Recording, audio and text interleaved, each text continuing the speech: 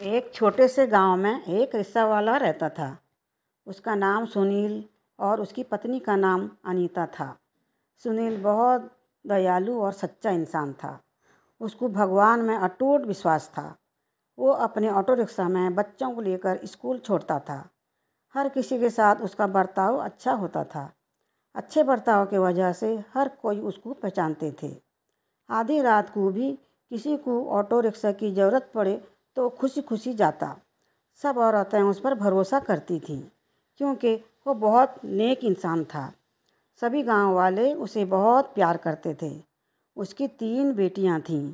बड़ी बेटी का पढ़ाई ख़त्म हो चुका था। सुनील ने अपनी बड़ी बेटी चांदनी को बीए तक पढ़ाया था और बाकी दोनों अभी पढ़ रही थीं।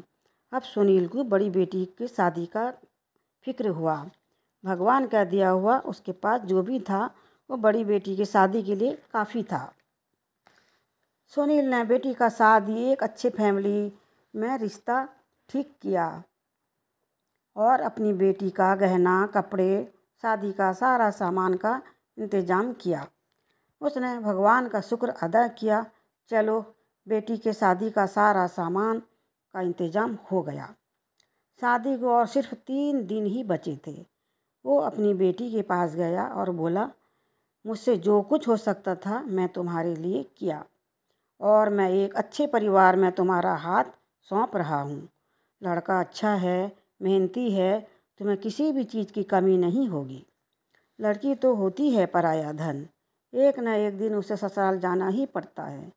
कभी निराश न हो बेटी, तू अपनी सास ससुर की खिदमत करना। वो अगर कुछ कहें तो बुरा मत मानना। सास ससुर भी अपने माता पिता के समान होते हैं। बेटी, अपने अच्छे गुण से ससुराल वालों के दिल को जीत लेना। ये सब कहते हुए उसके पिता की आंखों से आंसू आ गए।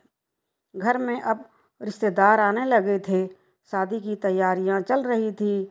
रात को सब लोग सोए हुए थे कि अचानक रिक्शा वाले के घर में आग लग गई। उसकी सबसे छोटी बेटी पानी पीने के लिए उठी थी तो क्या देखती है, चारों तरफ धुआं ही धुआं। उसने दौड़कर अपने माता पिता को जगाया। रिक्शा वाला पीछे रास्ते से जाकर घर के सभी आदमी और रिश्तेदारों को जैसे तैसे करके बचा लिया, लेकिन घर के तमाम सामान जल कर राख हो गया। जहाँ थोड़ी देर पहले खुशियाँ ही खुशियाँ थीं, अब सबके चेहरे पर मायूसी था। जिसने देखा वो अपना आंसू रोक न पाया।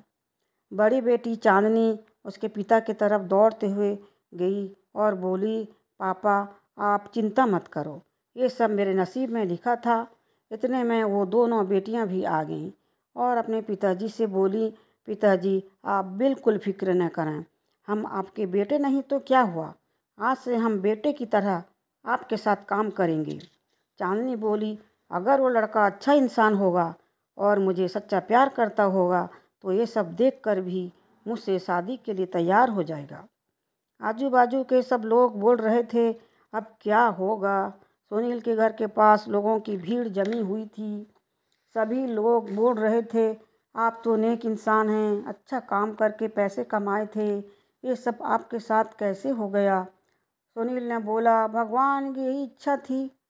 तभी उसकी पत्नी अनीता आई और बोली, आप बस भगवान रामायण करते रहो, भगवान बदले में क्या दिया। अब इस घर में कभी भी भगवान का नाम नहीं लेना। सुनील बोला, तुम नसीब वाली हो, इतने बड़े आग में जब सब कुछ जलकर राख हो गया, हम सब जिंदा बच निकले, ये क्या कम है। किसी आदमी ने प्रेस में ये खबर दे दी। दूसरे दिन समाचार पत्र में खबर आई कि ऑटो वाला सुनील के घर में रात को आग लग जाने से सब कुछ जलकर राख हो गया।